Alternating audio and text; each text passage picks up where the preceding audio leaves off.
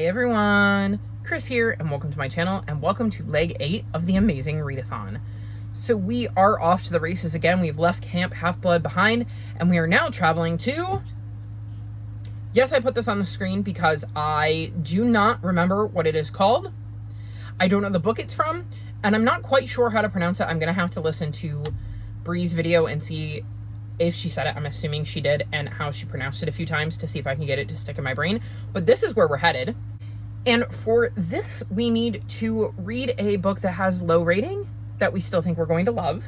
And I was going to read Grave Expectations for this. I will still likely try to read Grave Expectations at some point in the last few days of the month. But I'm going to use one of my Rift Strider cards, and I'm going to read Quest instead because there's a lot more pages in this one. This is, I think, book 4 in the Septimus Heap series. I'm not quite sure where it is. I own it. It's in my house somewhere. I have way too many books on my TBR right now because June's TBR was extremely bloated, and I have filmed my Phase 10 TBR and my Phase Out TBR because I knew it was going to be hot and I wasn't going to want to film those while it was hot because I don't like having the air conditioner on for them. Because my camera is in a completely different place and it picks up the air conditioner, like, almost drowns me out bad. So I have to shut all of that off to film that. So I did it while it was still cool because I knew this heat wave was coming.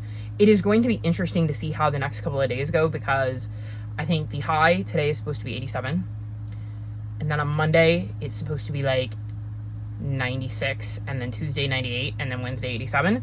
So I will be in my room, probably doing a lot of reading, maybe a puzzle, and just trying not to melt, and hoping my air conditioner can keep things cool enough that, again, I don't melt. So I will be listening to Quest. Cielo has been trying to help, and it is way, way too hot to be cuddling a kitty, so we're going to make this quick. I'm in the midst of a few books. I am still reading Mrs. Claus and The Evil Elves. I should be able to use that for this round for sightseeing for 5 or more words in the title. I have Bree Boyd is a Legend that I started for sightseeing and didn't get to finish. I have House of Frank, which I started for sightseeing and didn't get to finish. I have started Wrath. I will be working on this. I'm hoping to use it for one of the last 2 legs with one of my 2 remaining Rift Strider cards. And I have What an Owl Knows, which I would hold up, except for the fact that Cielo's sitting on it. I also have the Food Thief, which I started in May and have had zero desire to pick up. So I'm probably going to DNF that one, or at least soft DNF it, because it's just not interesting me right now. So we'll see. I have a lot of plans, but I think first things first, I need to finish Quest so I can get that submitted, and then I can focus on some sightseeing. This is a vlog where I'm going to admit I'm probably not checking in until the end of it because it is going to be so hot that I'm not going to want to sit here on camera and, you know, bake. I'm probably going to want to be like comfy in front of the fan with my hair up and maybe like a cool washcloth wrapped around my neck. Not really stuff you want to be wearing when you're filming. So we'll see how things go, and I will check in with you at some point to let you know how I'm doing or to wrap this vlog up.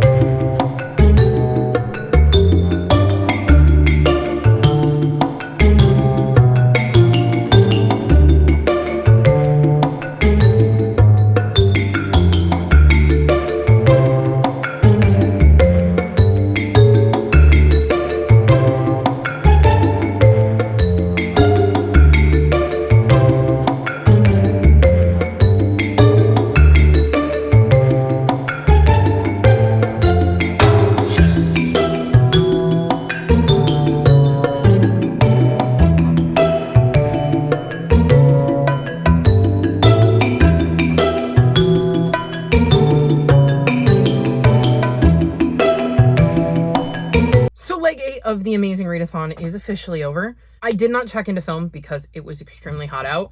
I actually, for the first time in days, have the air conditioner and the fan off. And I am starting to get hot, so I'm going to, again, keep this kind of brief and quick. There was one point over the last couple of days where with the humidity, it felt like 112. So there was no way I was filming. I did not want to be on camera. I just was not in the mood. Although, as you saw in the B-roll, it did not stop the raccoon and the ducky from showing up. So we did have that. The animals outside were around. We made sure that the squirrels and the birds and the chipmunks all had food, and we put out water dishes and kept those filled. so that everybody had access to stuff despite the heat. I have already noticed a marked improvement in their appetites today. They definitely were picking up more food today than they had been over the hot days. So I think they're also enjoying the break from heat. And Cielo, it is too hot for this. No. She was going to steal my hair tie. It's too hot for this. Could you go over here? Maybe. We'll see if she stays. Probably not. This is honestly the first time she's been in my room in days because nobody really wanted to be in my room during the heat wave except for Rocky. So it was pretty lonely without the kitties around. It was definitely weird. I think Bugs is going to be happy that it is warm enough to have my door open.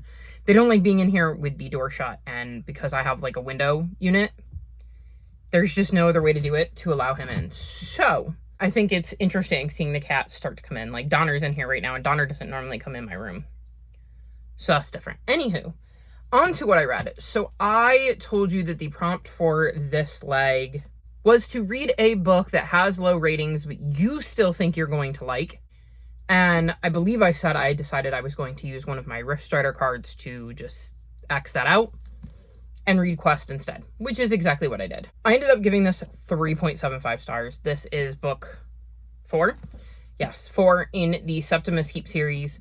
And we follow Septimus, who is the 7th son of the 7th son, who is believed to be dead in the first book upon his birth. And we see what his life is like because he's not actually dead. I enjoy these. This one wasn't my favorite, but I do still enjoy the series. I like the journey that Septimus goes on. I like learning about the magic in this world. I like the relationships. And these are just some fun, easy reads, and will definitely be ones that I continue to read. I have, I think, 3 left, and then I'm done with the series. So here's hoping that I can finish that, I think, in August. I think that's the plan right now, is to finish it in August. So this definitely helped me. And this book was 596 pages, so far longer than the book I had originally planned. Then I started to sightsee, and first up, I read Bree Boyd is a Legend, and I gave this 4.5 stars. I believe I did mention this in the last clip, but we're following Bree, who is really struggling to live up to her father's kind of impossible standards. And then one day the power goes out and she goes to reset the breaker and gets like a kickback of electricity and finds out that she can move things around with her mind. And that definitely leads to some issues. What I love about this book and Ellie Engel saves the world. No, saves herself. Ellie Engel saves herself. It's kind of like this. And saves the world. So it's Ellie Engel saves, and then the world is here and it's crossed out and herself is down here. So I confuse the 2 titles sometimes. But anywho, both that book and this book, while they have this fantastical element, because Ellie also comes into some powers, it is far less about the fact that they have these powers and far more about these major issues, which for Bree, like I said, is dealing with the impossible standards her dad has placed on her.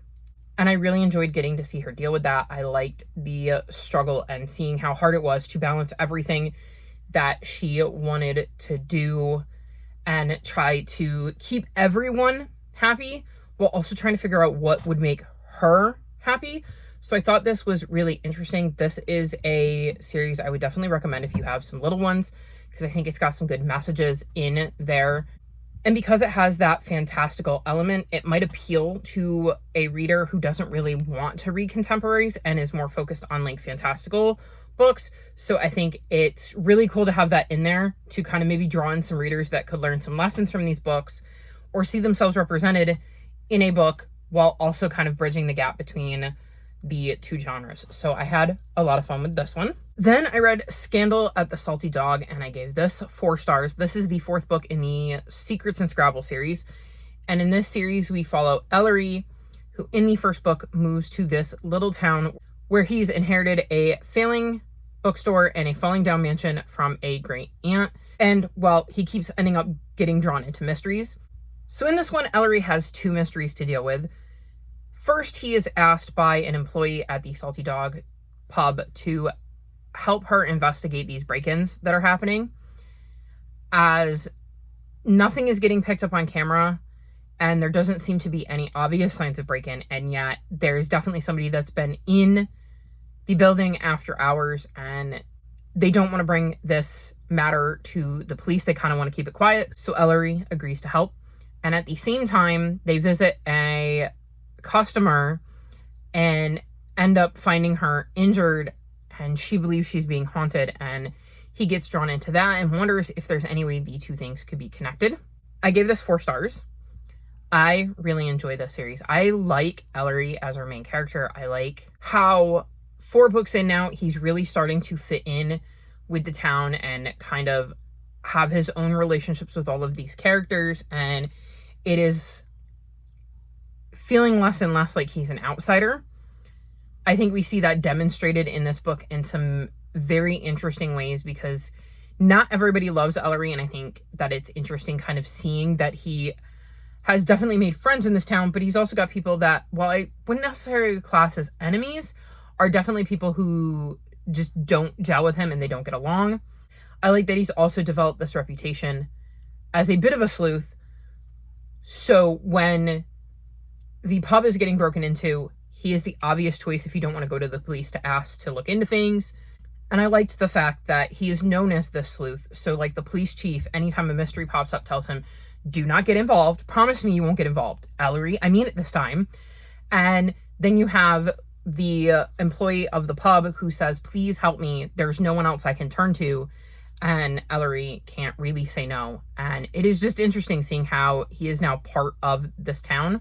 I liked the mystery in this one. I liked trying to figure out how the 2 mysteries could be connected, if they were connected, or if we were looking at 2 completely separate mysteries and trying to solve both of them.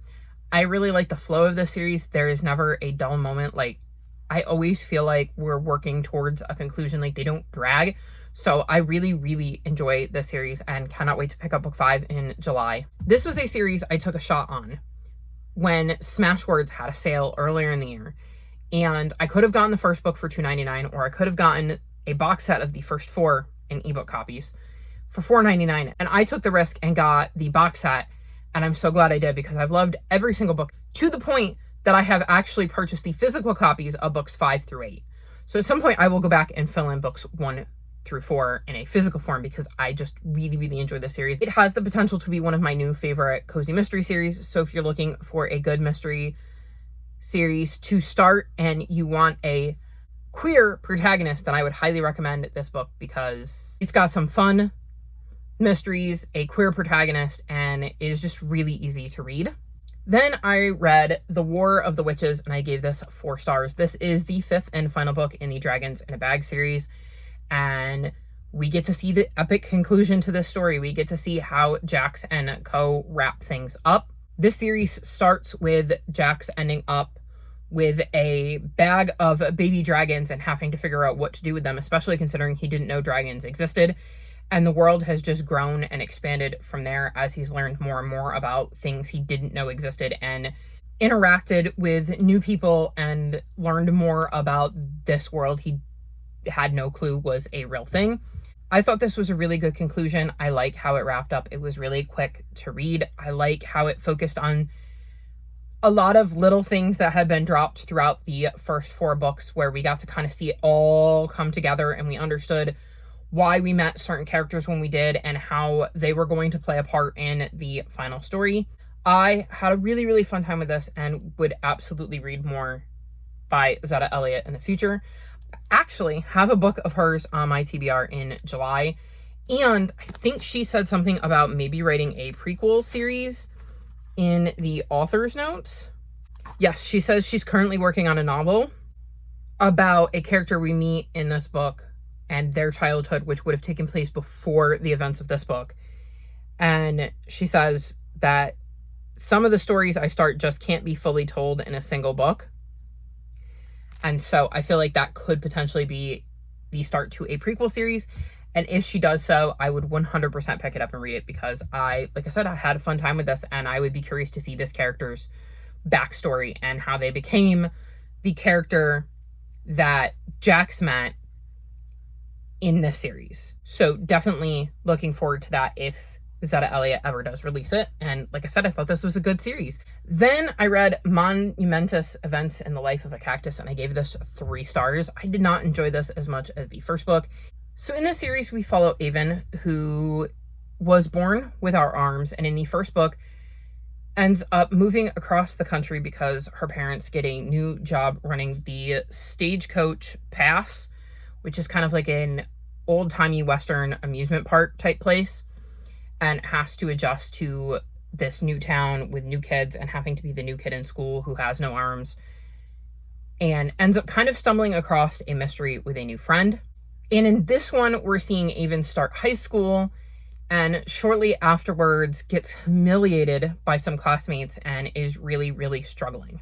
And this causes her to strain some of her relationships and struggle with her confidence, and affects her life in ways that go far beyond school. And I just did not enjoy this one as much. It didn't click with me the way the first one did. There was a character that was more prominent in the first book that wasn't in this one, and I think that also brought down my rating because I really liked that character and was sad we didn't get to see more of them. There is a third book in the series, and I believe it is told from a different character's perspective. I have it on my July TBR, so I hope to get to it pretty early in July because I have the ebook out from my library right now. So we'll see where I land on book 3, but I was a bit disappointed in this one given how much I enjoyed the first book. But this wasn't a bad book. It just wasn't my favorite. And again, I was comparing it to book 1 that I had a much better time with. So that could also be part of it, because you might like the second book more because maybe you weren't as attached to the character from the first book as I was. Would recommend the series because I do think it's a good series. It's just this one didn't click with me the way the first one did. Also, I'm sorry if I'm getting a little bit rambly. It's getting very, very hot in here, and I still have so many books to talk about. I've read a lot, given that it was hot, and I just wanted to hang out in the air conditioning. Then I read How to Become a Planet, and I gave this 4.5 stars. This book was brutal, y'all. So this book follows Pluto. Pluto is struggling because all of her favorite things, like having the summer off and getting to go to the planetarium and learning about space and spending time on the boardwalk with her friends and helping out at her mom's pizzeria, are just not bringing her the same joy. She's recently been diagnosed with anxiety and depression, and we're seeing her spend the summer coming up with this list of things that she can do to get the old Pluto back. And along the way, maybe learning that it's not as simple as writing a list. And hoo boy, this book does such a great job of really depicting the realities of anxiety and depression, especially depression. So it is not an easy read by any stretch of the imagination. If that is something that would trigger you, or you're in a bad space and don't feel you can handle reading that, I would not suggest you read this book. But I was really invested in Pluto's story and seeing her struggle, and these little moments of time when you could see glimpses of the Pluto before depression, where you could see her kind of coming out from behind the clouds. And I know what that's like because I've been depressed. I'm currently depressed and dealing with depression, and knowing how frustrating it is to be in it and wondering why you can't just act normal, why you can't be the way you were before because your brain is doing these things that's just not allowing you. And especially when Pluto is almost 13, not really understanding what is going on and why her brain is doing that and why she suddenly just can't make herself do these things that used to make her really, really happy, and just really struggling. And I thought this was a fantastic look at that. I think there are a lot of kids that could read this book and relate and finally understand, wait, I feel that too. I'm dealing with that too. And have words to be able to express what is going on. And as a teenager who was suffering from anxiety and depression, anytime I read a book that allows a middle grader to have those words, to understand those concepts, it makes me both jealous and happy, because I'm happy that they have access to material that will maybe help them understand what's going on with them, but also jealous that I didn't, because I dealt with it for a long time before somebody gave me the words to help me explain what was going on in my head, because I didn't understand and I didn't know how to vocalize it. And that is definitely part of this story, is Pluto trying to figure out how to vocalize what is going on with her. So I just found this book really relatable, and I flew through it, did not want to put it down, and got really attached to Pluto and would love to see more, even though I don't think the author has any plans to write more, because I would just love to continue to see Pluto's journey as she continues to try to figure things out and understand more about, depression and anxiety and how that works. And one of the things, for instance, she does in here is start seeing a therapist and seeing how that works, seeing how things change, seeing the kinds of ups and downs, and how it's not an easy process to just get better. You don't just snap your fingers and all of a sudden it's gone. So I think that could be interesting. And if Nicole Melleby were to write that, I would 100% read it, as I think it would be fascinating to see how she went about writing that story and where she would take Pluto's journey. So very much recommend this book, but again, keep in mind that it is a heavy book and not one you should read if you're in a bad place. Then I finally finished Mrs. Claus and the Evil Elves, and I gave this 3.5 stars. This is a cozy mystery series that follows Mrs. Claus, who lives in Santaland. In this one, she invites her friend Claire up to Santaland so she can finally tell her friend Claire, hey, I married Santa Claus. This is the North Pole. It's real. Here, have a talking reindeer. And it is right before Christmas. And this company up at the North Pole has invented these reindeer drones. So the reindeers are on strike.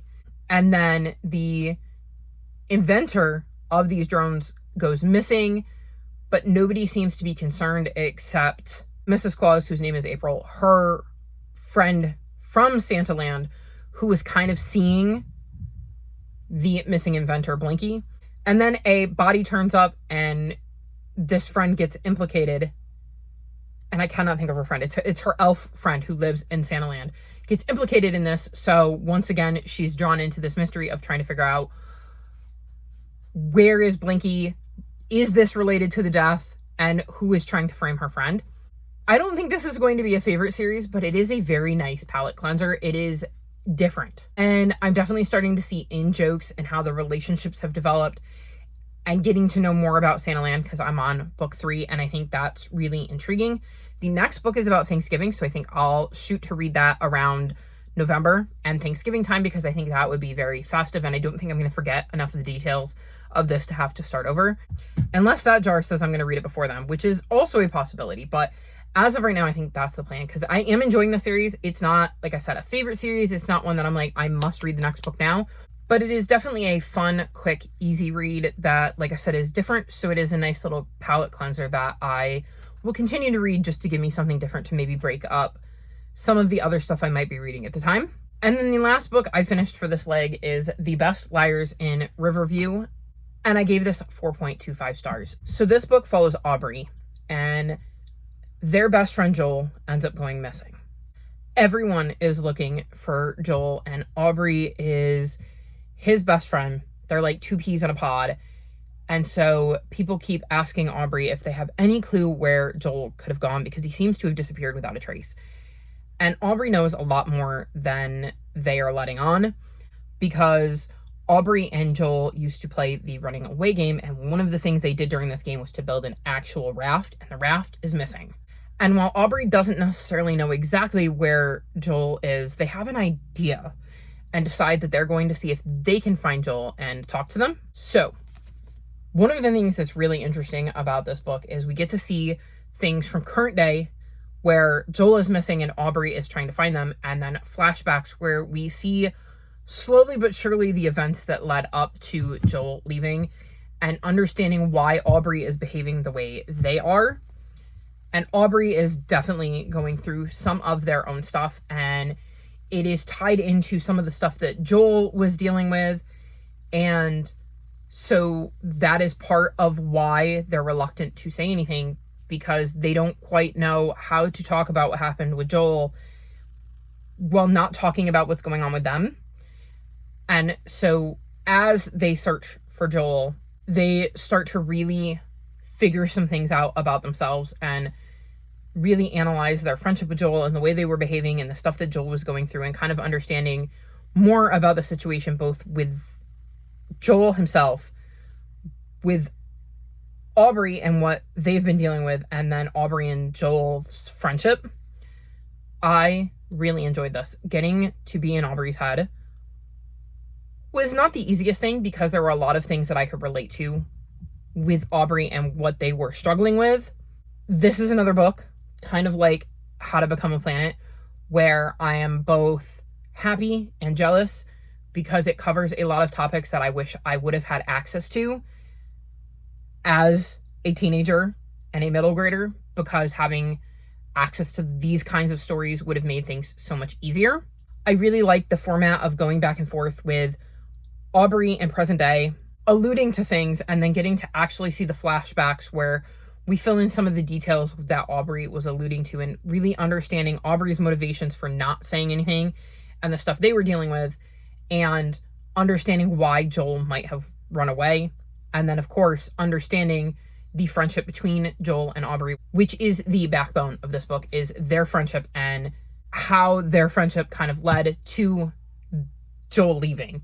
I thought this was really well done. It, like I said, was very intriguing with the way it was written in the back and forth, and would absolutely read more from this author in the future, because I had a really good time with this and would like to explore more of their writing to see if I get some of the similar vibes that I got from this book in those, because I had a good time with this one.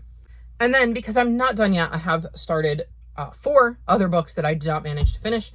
I started What an Owl Knows. I'm on page 79. This book was a bit harder to read than I expected. It's a nonfiction about owls, and because of the heat, my brain was just fried.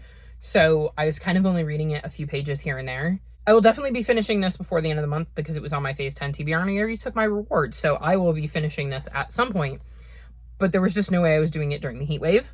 Then I started Cheddar Late Than Dead, and I am on page 132. So this series follows Carly, who owns a grilled cheese shop, and she ends up agreeing to cater the bridal shower of a bride-to-be that I believe she was like friends with in high school. It is at this bridal shower that the groom ends up being found dead.